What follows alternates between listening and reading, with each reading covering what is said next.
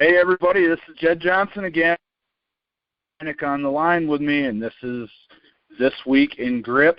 This is episode number 2. It's the 22nd of January right now. Alan, how's it going, man? How's the last week been for you? Things have been real good. How about you? Good, buddy. Staying healthy and feeling good. Had a big training session yesterday with my new friend, Joe Sullivan. He's from about 2 hours away up near Syracuse, New York. He came down again yesterday, and we trained for like 3 hours.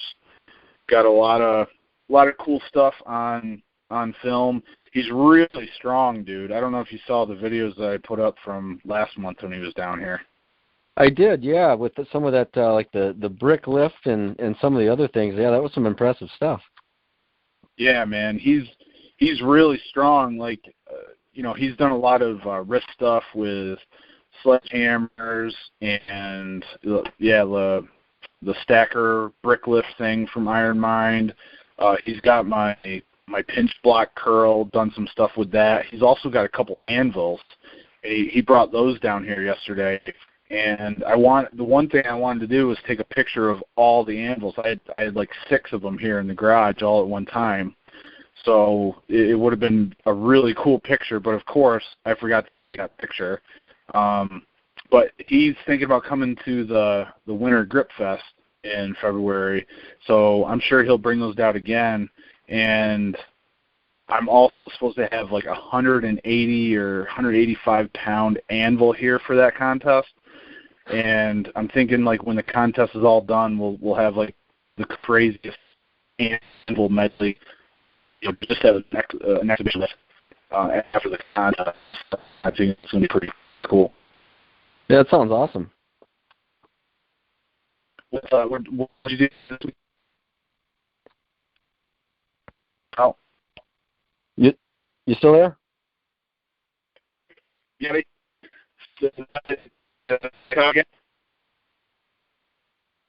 Hello? You're cutting out a bit. Oh, man, this is so frustrating. Can you hear me now, dude? I can, yeah. Right now I got you. Yeah, yep. All right. I missed the tail end after the anvil. Oh, okay. So now I don't even know what I was talking about. Any highlights from the week of training? Nothing on my end. Few things have come up on the grip board here and there. I don't know if you saw, and you must have heard about this from Luke Raymond. You saw he finally lifted his inch dumbbell. Yeah, he was out to Paul's. He was out to Paul Knight's house. He had an arm wrestling tournament yesterday, and I guess that dumbbell was a dumbbell that either Jake Solaney or Andrew Pinky left there at Paul's, and I guess they were doing a little bit of training Friday night, and he smoked it. Yeah, that was impressive. Good for him. That was it was good to see somebody finally get one of the goals they've been working on for a while. So. Yeah, for sure. Yeah, he's been working on that. He's been breaking the various inch dumbbells off the ground for like 2 years or something. And he had a really good pull on the gold one, the Living Legends one, because he traded for that from Cody Burns. He had a really good pull this past week. I think it was on Tuesday. And I'll tell you, I haven't spoken with Luke yet, but I'm willing to bet that he probably pulled that cold. Like, his best lift is always the first pull that he takes, and sometimes it's literally like he steps out of his truck, walks into the garage, and pulls on something, and it's like his best pull of the day on that implement. So it wouldn't surprise me one bit if that happened at Paul's. So I can't wait to talk to him about it more. Yeah. No, that's amazing. Oh. Yeah, dude. Yeah. What else have you seen? What else has been on the radar this week, dude, on the grip board? Anything? Gil Goodman, this was something that first popped up on Instagram. He had a double blob facelift, and I actually see that's on the grip board for voting right now. So. Oh yeah, dude! Talk about a smoke show, man. He brutalized that feat. It wasn't. I know even, it.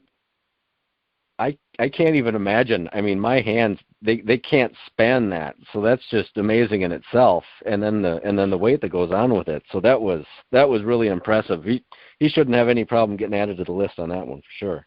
Oh, no. I'll tell you, I pity anybody that's in his weight class having to go up against those hands, because it's like going up against a man-sized tree frog with that kind of. He can just stretch his hands out over that big of an area. It's just incredible. You just don't see it. I mean, that's a feat that doesn't happen very often, man. I can't even. I've done that, and Chad Woodall has done that, and I'm sure more people have done it, but I can't think of anybody right now. Can you think of anyone?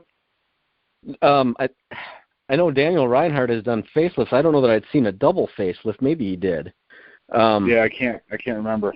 But that's the only other one that popped in. But no, I'm glad to see Gil doing some of that stuff. You know, it seems like we just don't see a lot of the block weight feats like we used to. You know, through the years. You know, it was pretty much kind of just you and Juha doing them. You know, so it's good seeing another person bringing some of them back.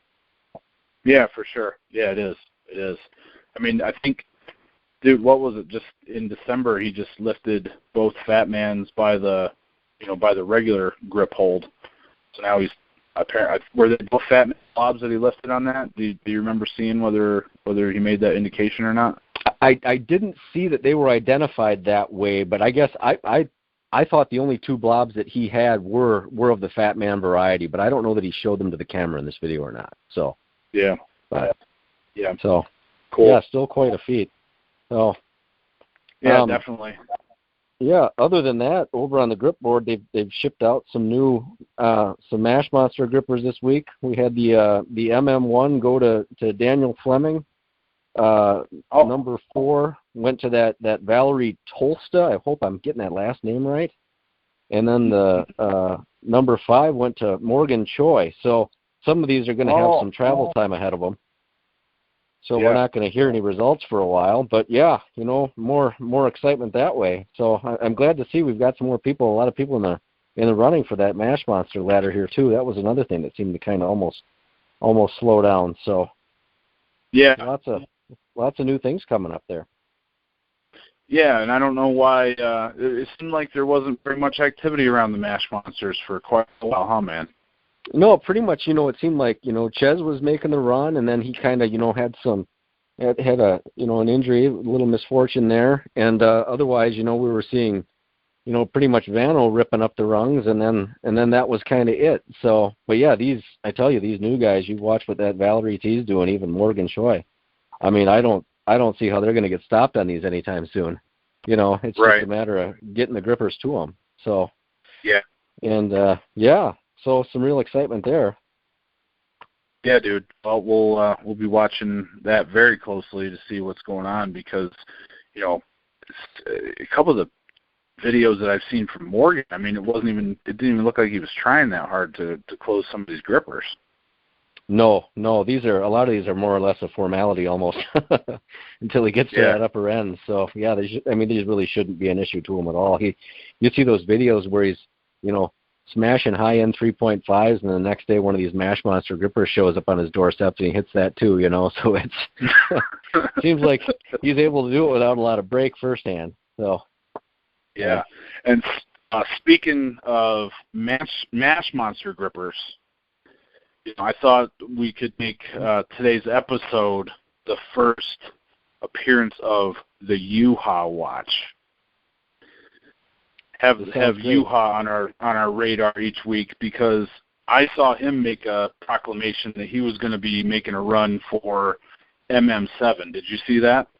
I did. I'm real excited about that. Yeah, I tell you, it looks like he's pretty close already to me. So yeah, but yeah, real anxious. The last time, I don't know if I don't know what his exact plan is there, but he had tried that once before. That was actually back in August of 2012, and he had a near miss at that time. It was really close, and he was even under the weather just a little bit. So he's had plenty of time to get some training in to even think about that. So I think, I mean, just with the way he's been going at it and with some extra focus, I don't see how that's going to be an issue for him at all.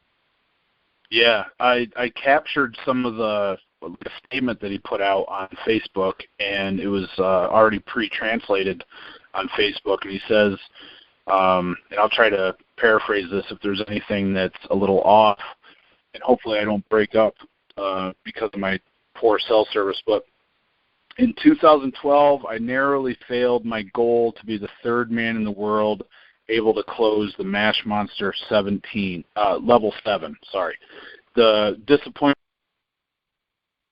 couple millimeter spring open, and it was followed by a bunch of sleepless nights and hard self-accusations. So apparently this dude is hard on himself when he misses something. I left the bow and get it then. I used these for the next 4 years, doing all the impossible feats, getting them out of the way. So, basically since then, he took his focus away from grippers and put a lot of his focus on some of the lesser performed grip feats. And then that culminated kind of last year in doing, 3 15-kilo plates pinch and 2 25-kilo plate pinch. So it's not like he just disappeared off into the sunset and we didn't hear from him again. He just switched focuses and turned his eyes to otherworldly feats. An anguish project that was but nothing comes easy but the issue itself. 4 years have now passed, and one man, Vano Sukashvili, has emerged amongst the greats. Now it feels like I'm ready to take up the challenge. As I previously mentioned, that one's really broken up. Yesterday I got 183-pound number 3 6 times in practice, and it's beyond MM3 level. So blood, sweat, and tears are the permit for the next 16 weeks. So that's not perfect English, but I think you can pick up through the expressions, the passion that this guy has for closing this gripper. So we're definitely going to be watching this one closely, right, Alan? Oh, for sure. His Juha's videos are awesome. He's always consistent in his training. I mean, he's week after week putting things up on the grip board. You see it in the YouTube. I can't imagine what it would be like to get in a grip workout with that guy. It's just yeah. Even through the translation, like you said, you definitely get it. So yeah. And he's sent me messages. Oh, what'd you do today, Juha? And he sent me messages that would have covered some of my weeks. So the workout that he did that day would have been close to the grip volume that I do over the course of a week sometimes. So, right. I mean, I just don't know many people that train as hard as he does on a consistent basis. Not that everybody in the world has shared their training logs with me, but, I mean, I haven't seen a lot that matched the kind of stuff that he's put into some of the messages he sent me. It's just mind-blowing. Yeah. So that is the Juha watch. Yep, I'm really looking forward to this for sure. Cool. Contests. Wanted to mention a few things about contests. We touched on the Norwegian Championships last week and had some pictures that Thomas Larson had sent in. And I've gotten more content from Big Eric about the Norwegian Championships, and we may be able to get him for a call for one of these episodes here pretty soon. As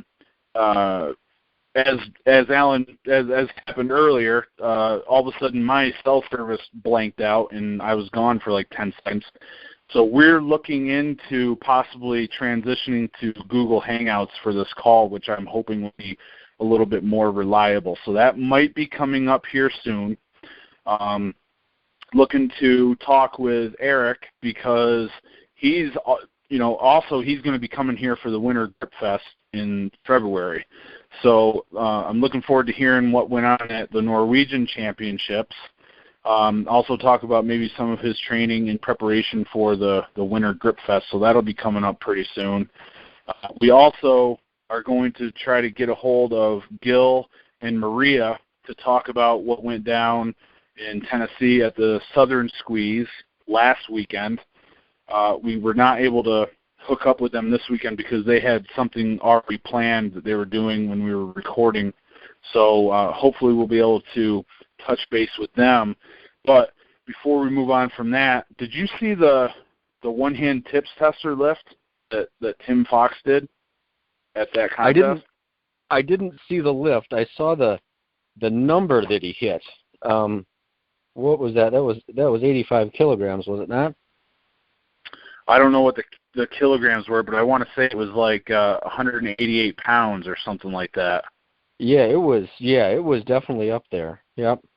I think that was the world record, I thought, at that time, and then that what was it? Tim Butler came in not long after that and broke it all over again. But yeah. That's the amazing thing, man, is I had just put that into my notes to cover for this week, and then that comes down on Instagram where Timmy puts up an even bigger number. So it's just amazing.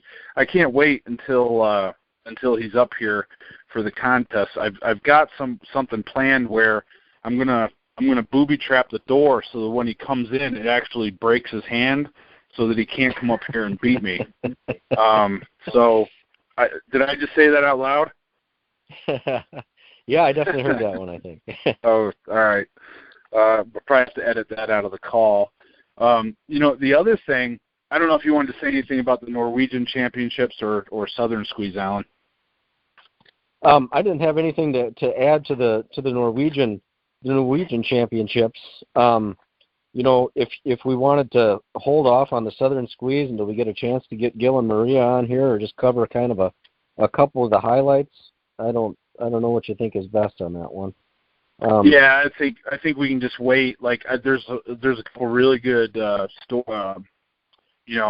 trail road reports on the grip board from Dan Fleming and Carl. So they can log on to the grip board. Carl Donati put a good one up too. So make sure to log in and check those out in the meantime. But yeah, I think we'll go over that in detail. But I thought that was cool with and then both these guys' names are Tim Fox and then Tim Butler. It's just unbelievable. I think maybe I'll have to change my name to Tim. Go with Tim Johnson. Yeah. No, it's exciting to see a lot of newer names coming out there. I hope we get to see some of these guys at more stuff because they're just ungodly strong. Some of these people that seem to just be showing up. I know Tim Fox has been doing this for a while with some of his background, but it's just hope to see him in a lot more things. Get some new blood going in a lot of this. So, who Tim reminds me of is Daniel Reinhardt. I think there's some similarities there because I don't know what Tim weighs, but Daniel Reinhardt was only in like the 83 kilo class, and maybe even lighter. He might even been in the 74. But just his hands, he was able to just engulf blobs. I mean, he lifted Blobzilla, inch dumbbell, all that stuff. And you see Tim doing a lot of the same kind of stuff. The 70-pound globe that he lifted last week, I see this week he curled it and then pressed it. And then he lifted, close to actually over inch dumbbell weight on an implement that replicates the inch dumbbell pretty darn well. So it's going to be interesting. And he's, like I said, he's kind of built similar to Mr. Wildcard Daniel Reinhardt as well. So going to be interesting, man. Yeah, it would be great if, some of these, I remember when Daniel Reinhardt came out and dreamt up the Blobzilla thing. It would be cool if guys like, the Tim Butlers came out and we're getting so bored, of how easy a lot of that stuff is, and they'd come up with some new challenge type feats like that. It's what I like seeing on a lot of these guys. It's get some new that's a great stuff point out there. Yeah, because I don't think that's fantastic, because I highly doubt anybody else would have thought to, hey, somebody want to make a trip down to York Barbell and grab an even bigger dumbbell for us to ruin and train on. So, yeah, that's where that came from. So, pretty cool, definitely. Yeah. Hey, did you know that there was, in 2012 in December, did you know that there was a contest called North America's Strongest Grip? No, I've never heard of that. I heard about it last week after episode 1 went up. Have you heard of this? Gillen, I believe his name is. What's the name? Jason Gillen. No, that actually does sound a little familiar to me. Actually, now that you say it, I guess I can't place him though. Yeah. So I don't know if you've caught any of the interviews I've done with Big Eric Ferrillo on the Motivation and Muscle podcast, but Jason is also on that podcast from time to time. And so he saw the episode that we put up last week, and he was like, hey, just listen to your episode. I don't think you knew that about this contest. And it turns out there was in December of last year, there was a contest run by a fellow named Mark Wechter called North America's Strongest Grip. And I believe it was up in Washington. And Mark is a strongman competitor and a Highland amateur champion. I guess he's just a real strength buff, loves the strength sports, and he ran a contest that was primarily consisted of Iron Mind equipment.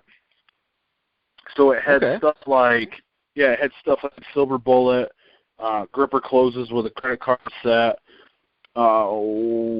Anvil, Rolling Thunder, maybe the pinch block was in there. Jason sent me a video, and Jason's a big dude. He's got to be up near 300 pounds. Like, he is a big dude. And he put up some good numbers. I don't know exactly what all the numbers were. I think it was high threes for the axle. And the Rolling Thunder, I think, was around 185 pounds that he did. Oh, he didn't close a 3 with the credit card set, but he might have gotten the 2.5. I don't know exactly, because I watched it Monday of last week and forgot most of it. But, it looks like there's a good group of guys out there. I know they're out there. I've gone out there twice to the West Coast to hold contests and didn't get very big groups either time, but I know they're out there.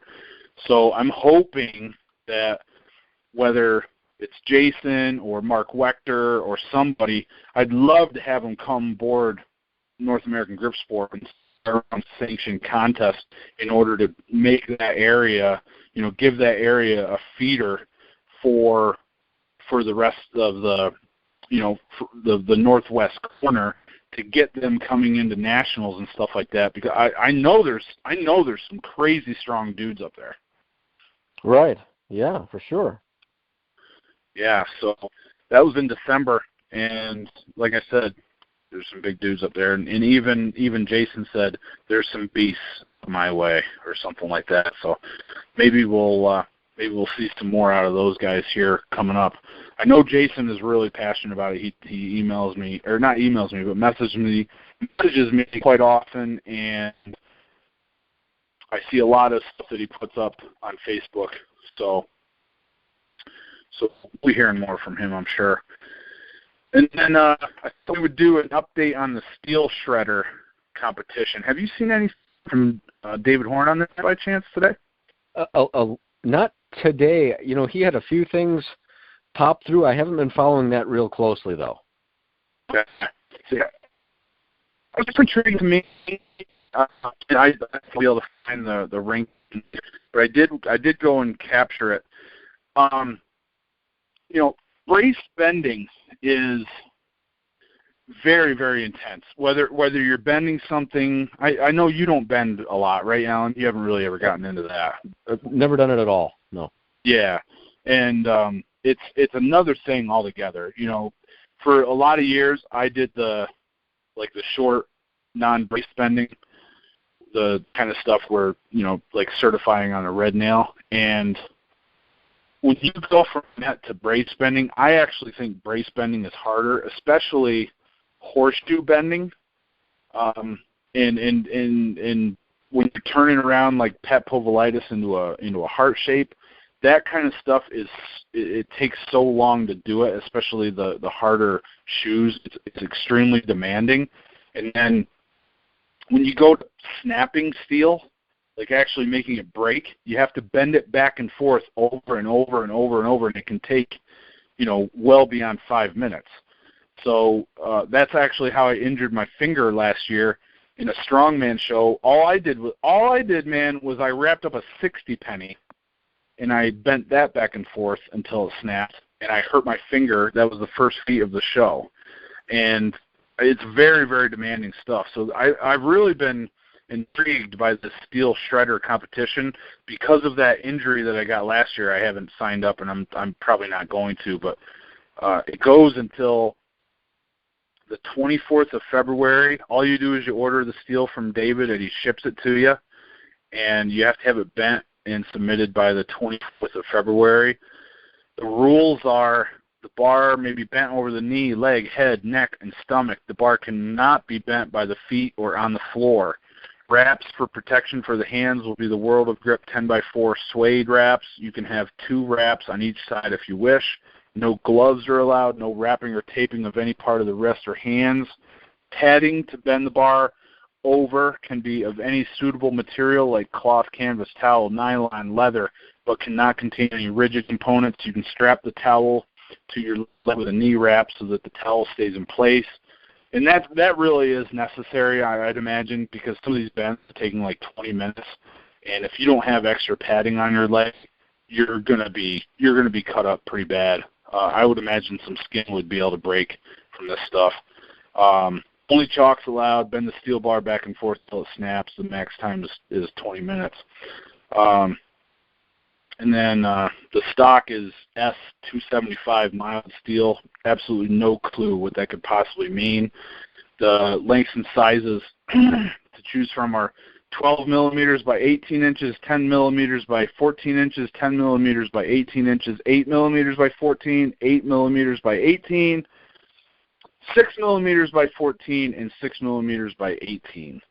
The attempt is to be performed on any day up until the 24th of February.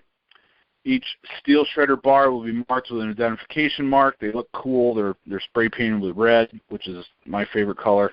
Well, I guess green is, but when it comes to strength training, red's my favorite color. If the attempt is done on your own, please video the opening of the package and the snap. Please send the video links as you do them. You can purchase as many bars as you wish and can have as many attempts throughout the time period till the last day. That's just a summary of the rules. And the rankings are up on David's Facebook wall, and they may indeed be on his forum as well, but I'm not sure. I have it on his forum, but it looks like the leader right now is a dude named Phil Horwood from England, and he did a 10 millimeter by 14 inches in 10 minutes and 16 seconds. So I guess the tip that I would have for you is get warmed up first. I don't even know. Like, I've never done anything that took that long. Actually, that's not true. I think probably the first 60 penny that I broke took about 10 minutes, but it ended up being one of those Savaco 60 pennies that's much harder to bend. We got lots of guys from England here. I see somebody from Germany that's in the rankings. We got some juniors, a couple ladies, Lucy Horn, Millie Cummings, Sally Horn, and then some people didn't quite make it under the time limit, but they finished anyway. Now check this out, Alan. Somebody named Erin Cummings did a 6 millimeters by 18 inches, and it took 52 minutes and 17 seconds. She's age 10. 52 minutes, dude. That's longer than my back and triceps workout, or just about as long anyway, on Friday mornings. I can't imagine cranking away on a hunk of metal like that for doing anything like that for that long. And this is a young girl, you said, age 10? 10 years old. 10 years old. That's good for her for grinding it out and sticking with it. You know, I tell you, you'd think you'd get halfway through and it'd just be like, you know what, there's no light at the end of the tunnel here. It's time to go do something else. But yeah. To fight through it for nearly an hour, that's impressive. Yeah, it sure is, man. I gotta hand it to her. And like I said, I've been keeping an eye on that. I don't know a ton about brace bending and snapping, but I do know that it's hard. So it's been real cool. Best of luck to everybody. I know that there's some bars in the United States, but I don't see any listed here yet. And this rankings list was from yesterday at 6 p.m., so I'm sure it'll be getting on there here pretty soon. And then I think it's one other thing I wanted to mention about contests, Alan. Our old TGA member Ricardo Magni got accepted for Worlds competition in Russia through the Arm Lifting Association. He says, I'm going to compete in the World Arm Lifting Championships in Russia in May. And he says, I got invited to go there. I'm pretty excited. So I wish Ricardo Magni best of luck. He's competed last 2 weekends ago in Ode Haugen's competition. So good luck to him. What else? Anything else along the lines of grip contests, Alan? Nothing grip contest-wise. No. There was just a couple other certs that officially happened or at least made official this week. Josh Grass, his red nail cert, Iron Mind made that official. So congratulations to him. That was something he had been working on to set up for quite some time. I don't know if you caught that video at all or not. I did not see the video. Nope. Oh, okay. Well, he made it look flawless. It looked like he had a coat hanger wrapped up in those things because he just folded it right up. It was amazing. I like seeing people, you know, once they get to that level, just go in and just flatten it and leave no doubt. You know, that's sure. how I like to see it. You know, and then there was that Graham Bryce from New Zealand just hit the GHP7 for 4 reps. So that was another one Wade Gillingham just posted. So that's those were the other ones that I wanted to hit out there. So yeah, that's impressive stuff. So of course, you know, the GHP7. Yeah, those are strong number 3s, you know, and from an 1.5 block set, that's a pretty good grip on that guy. Nice. Yeah, I can't get any reps on a GHP7. That's awesome. I never heard of that guy. Where did you say he's from? New Zealand. He apparently he had certed earlier on the GHP7. It was just fewer reps. So this was the most recent one I saw. It just posted I think maybe beginning of this week it came out. So and I just had a chance to watch the YouTube videos yesterday. So wow, yep. Cool.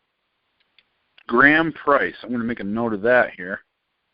And he's from New Zealand. Very cool. Yeah. Yep. Nice. I know there were some certifications listed online for bending. Did you see the FBBC bending certs? I saw a couple of those come through. I thought that Brian McShane had just smashed a couple, if I'm not mistaken. Yeah, and I'm not sure the other ones. Yeah, Brian did the big bastard and the huge bastard. So I don't know how familiar you are, Alan, but like the bastard bar is a 7-inch by 5/16 cold rolled, and then and then it goes big bastard, which so every half inch they cut off, it gets a new title. So the big bastard is 6.5 inch, and then huge bastard is 6 inch, and then I can't even remember what it goes to after that. I've been out of it too long. So he sliced and diced those two, and then another dude that I've never heard of. I'm probably going to butcher his name, Zolt, which is just an incredible name. I mean, as far as I'm concerned, we don't even have to mess with his last name, but Zolt Horniak that's a great name, dude. I don't know where he's from. Bastard, big bastard, huge bastard, and then GB might be grand bastard. And then he went ahead and dropped a bomb on an Edgin bar. You know what an Edgin is? I've only ever heard of them. I'm not familiar with what it is, though. That, an edging is a 5/16 inch thick grade 5 bolt. So, it was unheard of to bend one of those back in, 2004. Everybody was like, no one will ever bend one of those. And then Clay Edgin was the first one to ever bend one. And so they named it after him. So it's a 5/16 thick grade 5 bolt, which those grade 5s are put through a process to make them stronger to withstand bending. And they actually, the graded bolts will spring back on you when you bend them. You have to, really put more damage into them in order to get them to stay where they sit after each bend, because they'll spring back. So that's the edge. And then, this guy just couldn't get enough. Smashed a Duke of all bastards, which I'm not sure what that is, and then a King of all bastards. So you'll see DOAB and KOAB, and then there's a MOAB, Mother of all bastards. Those are incrementally stronger bastard bars, but I just don't know, what the actual measurements are.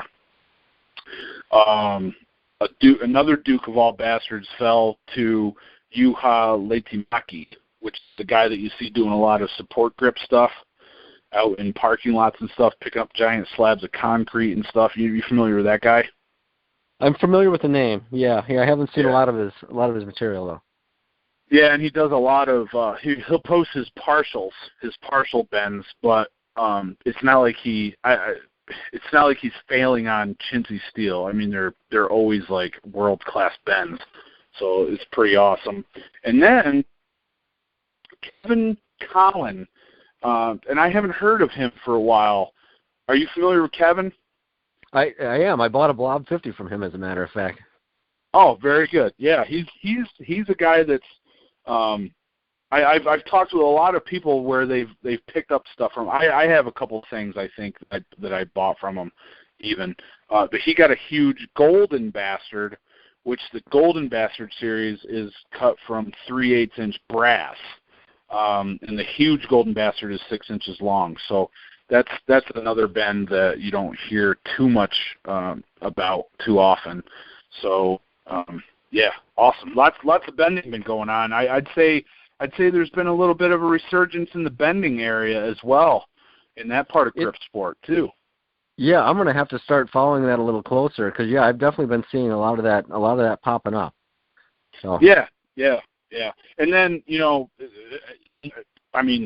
there's so much to know about bending, and there used to be a website called the Bender's Battlefield that folded years ago, and they had, you want to talk about certs, they had certs not only for the different bars you were bending, but also the different wraps that you were using, because the wraps that you use can have an effect of padding, and they can deaden what you actually feel in your hand, so you're able to put more force into the bar. Whereas sometimes the wraps don't give you much padding, and you have to deal with a lot more pain. So they had many more lifts on their site than just what we have today. So there's a lot more stuff out there that people have done. And then you know what I wanted to share with everybody, Alan? Something that I saw from Ricardo Magni last week, and I think this is something that we can all benefit from. And I call this maybe the quote of the week. So be on the look for good quotes, Alan. We'll do this every week. But right. Ricardo shared this on, I believe, Instagram, and it's a statement that he got from Louis Simmons, the great powerlifting coach, and he's the head honcho at Westside Barbell, and he says, work on what you need to work on, not what you like to work on. And I thought that was a great point, because I think it's all too easy for every single one of us to just work on the stuff that we really like, we really enjoy, we're really good at, and then totally neglect the stuff that we ought to be working on. I know I'm 100% guilty of that myself. So I thought that was cool, and I instantly copied it right down. So Ricardo, thanks for sharing that with everybody, and hats off to Louis Simmons for the excellent quote. Let's see. Where are we at now? We covered the grip board stuff. So I guess all we got left, Alan, is stuff that we saw online, man. Any other stuff that you happen to see, whether it be on Instagram or any of the other social networks or YouTube or anything like that? No, nothing. Pretty much the main thing was from Gil Goodman. There was a couple of other lifts out there. I see Jared Gogan's back at it, just nailed a couple of 235s pinch. Hell yeah. I saw that Philip Koshaba that just in my mind made a name for himself at the Southern Squeeze. We'll get to that later on, but he just hit on the shallow side of the dub hub. He just pulled something like, it was nearly 58 pounds on that thing. Now, and I've only touched that thing once. So tell us about that. Is that pretty good? It is. It's basically modeled after David Horn's World of Grip shallow hub. Same geometry behind it. It's just made of aluminum. I had a chance to play with Todd Conan's shallow hub when he brought it down for King Kong, and very similar. It's quite slick, and you can imagine. I think I pulled, maybe 44 pounds on that or something like that. I hit 48 on the regular shallow hub. So seeing a guy, an 83 kilogram guy, hitting it, nearly a 58 pound legal lift, that's pretty impressive. That's some world class territory there. So that was what weight class? I'm sorry, what weight class was he in? He's 83 kilogram, and he is, in my mind, a light 83 kilogram guy. I think he only weighs in around like 172. So that's he's not a heavy for weight class competitor by any means. So wow, definitely anxious to see more from him. But those were the main things that I had seen. Yeah, and I echo the Jared Gogan back at it with the 235s, and he also picked up the 100-pound baby inch. So he's been dealing with an injury, a very, very nagging injury, a torn tendon. So it's from him back at it, picking up some nice weight. Really good, really awesome. I had that down in my notes. Have you kept? Do you know Anthony Vasaturo? No, I'm not familiar with that name. Okay, so let's see if I can remember his handle on Instagram. Probably everybody listening to this knows it, but I just can't. It's like Pinch, Crush, Lift, or something like that. Yeah, Pinch, Crush, Lift, Anthony Vasaturo. And he seems like, what's cool about him, first off, I forgot about this, is he does like magic tricks and sleight of hand. So the first video I saw from him with cards was, I thought he was going to tear a deck of cards, and before I know it, he's like just moving his hands back and forth. I'm like, what the heck is he doing? And he was like doing impossible card tricks, like David Blaine type stuff, like streetwalker magician type tricks. So that was cool. And I met him at Paul Knight's house the weekend of Living Legends. So he's a real nice dude. He drove me over to Taco Bell to get like midnight tacos. So he's a darn good driver too. But he put up a video just recently of a 45-pound hub plus some weight. But I didn't write down. So what does he say? 45-pound plate, all strict form.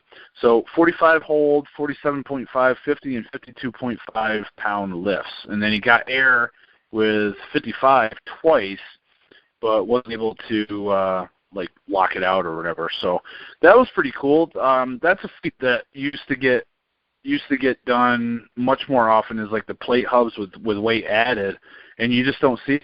So he put up a few good numbers there. So I mean, 55 pounds, that's more than I ever did on that. So I'm just horrible at all hubs, plate hubs, hub implements, all that stuff. So I was pretty impressed. He's a young guy. I think he's in his 20s and just out of college, I think. So we'll probably be seeing more from him, buddy. Yeah, that's another type of lift I'd like to start seeing more of again too. I was really excited when, even you look at a lot of Aaron Corcoran's old videos and stuff, and we were seeing a big resurgence with that when Jared Goguen came on the scene. A lot more plate hub lifting, and that's one of the huge ones for me too. That rates right up there with block weightlifting. I love seeing people doing that type of stuff. So I got to make sure I follow that guy. Yeah, go find him. And then, do you know James Rodriguez? Yes, I do follow him on Instagram. Yeah, he's got a lot of good stuff on there. Yes. So did you see the 2025 that he put up, the plate pinch? Yeah, he's had quite a bit of plate. Maybe not the one you're referring to, but a lot of plate pinching has been coming out of him lately. Yes. So he's been doing. I've been watching him. He's been doing either a 20, 220s or 245s. By 20s, I mean 20 kilos. And he's been adding weight. And then in a workout yesterday with Bob Sundin, another good friend, he put up the combo lift of a 20 kilo and a 25 kilo plate. So, basically he's working his way towards a double 25 kilo lift, which is one of the most, elite. It's probably the most elite plate pinching feat, definitely with only just 2 plates. I mean, it's one of them. It's one of the biggest ones. It's right up there, as far as exclusivity. It's right up there with old school York pinches. So he did a 20/25 pinch. And what was interesting, Alan, what would you think would be the side that you'd be able to do first? The combination you'd be able to do first, 25 kilos by your thumb or 25 kilos by your fingers? I guess I don't follow what you're asking exactly there. Well, you know how two 45-pound plates, right? One of them's a 20 kilo and one of them's a 25 kilo. So you can have the 25 kilo on the thumb side or 25 kilo on your finger side with the 20 on your thumb side. Oh, I would think the 20 on the thumb side would be the easier lift. And that's right. Yeah, that's right. That's what I figured. And the lift that he got was actually the 25 on the thumb side. Oh wow! So he's got some beefy thumbs on him then. It would serve to reason. Yeah, that or maybe he didn't even think about it. He didn't even put the 25 on the finger side. We don't know. I didn't really see a comment about it or anything, and I didn't ask. I think I just saw that video this morning, actually. So I don't know. It's all speculation, but maybe the dude is not that far away from the double 25 pinch, because it would seem that 25 on the thumb side would be much harder. So who knows? We might be talking about something else next week with James Rodriguez. Yeah, he put some stuff out there. I don't know if you've seen much with his his wrist curl type videos or anything like that, but he's definitely got some foundational strength in his forearms. That's no understatement. Yeah. So it's that's probably right around the corner.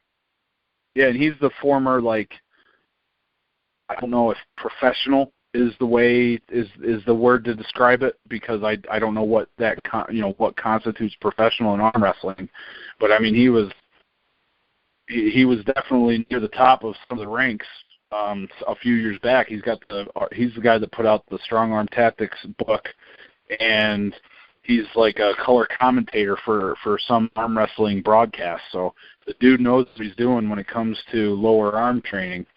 So absolutely. Yeah, so keep an eye on him. And then the last thing I saw was my good buddy Chris Andrade competed in, I believe it's New York's Strongest Man competition yesterday, and he posted up the video of his 185 axle clean and press, and that's like an Iron Mind axle, the same thickness with big old tires on it, and then some more weight added, and I don't know how many reps he got, but he did all the reps with no reverse grip. Like sometimes you'll see people aren't strong enough to grip it in the double overhand grip, so they'll go with an alternated grip, and then as it's coming up, they'll like twist their hand around to catch it for the press at the shoulder, or they'll do like a continental. But he didn't do that on any of them that I saw. He just went with double overhand. So I thought that was pretty cool, representing grip sport with, the flex of that lift.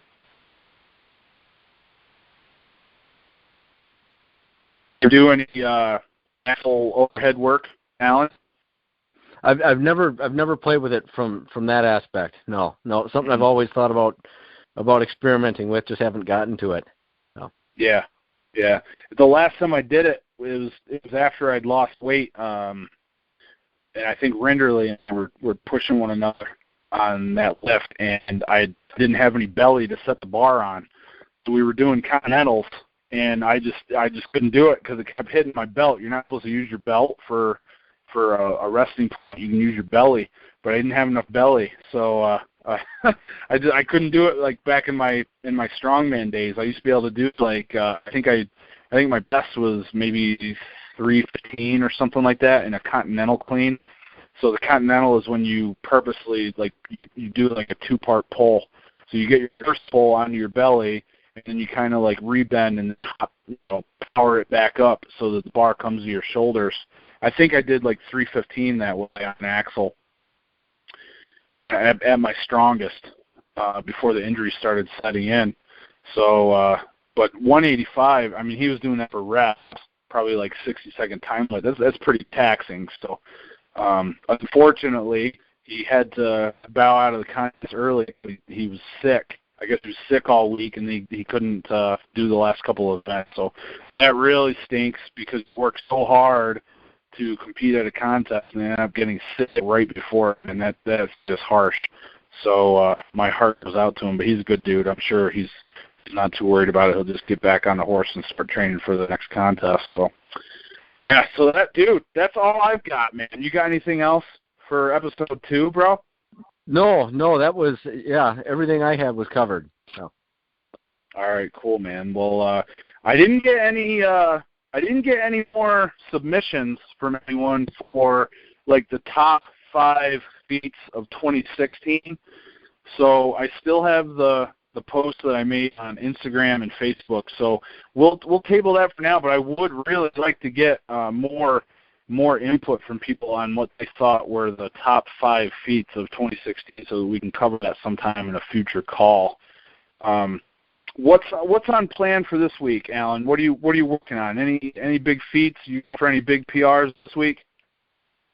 No PRs. Just hoping to keep making some progress. Got to keep working with the blobs and stuff like that. A few unfortunate skin tears are kind of slowing down some progress, but looking forward to getting past that and getting at it again. So how about you?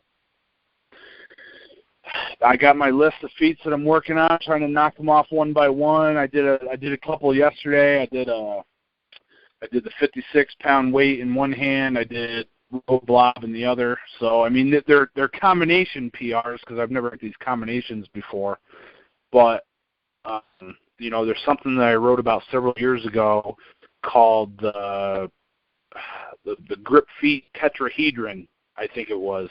And basically, when you're working on one feat, you can usually find like 4 other ones that you can work on at the same time that will carry over really well to that one primary feat. So I'm doing a lot of wide position grip stuff right now in an effort to feed all that strength up the pyramid into the primary objective. So I just continuing to pull out more and more block weights, more plates, and just it's all geared towards that one big feat that no one's ever done before. So that's what I'm doing, man. One workout at a time, staying healthy, and just trying to make progress little by little as we go. So that's the plan for me. Man, great job. Episode number 2. Can you believe it? It's all done, Alan. Great job. Oh, this was a lot of fun. A lot of good information out there. Yeah, dude, for sure. So I'll invite anybody to submit feats, and maybe we'll cover them here on the show. And I've been watching Instagram closely, Facebook closely, but surely something is going to slip past us. So please, it's not that we're doing it on purpose. If we didn't mention something awesome that you did, please pardon us. There's a lot of stuff going through the virtual airways, so we don't mean to miss anybody. We love you all. Just keep on training hard, everybody. That's what it's all about. And hopefully everybody reaches their goals. Alan, you have a good week. Take care of those skin tears, bro. And I'll talk to you again very soon. Thanks. All right. Talk to you next time. All right, buddy. Be good. Yeah.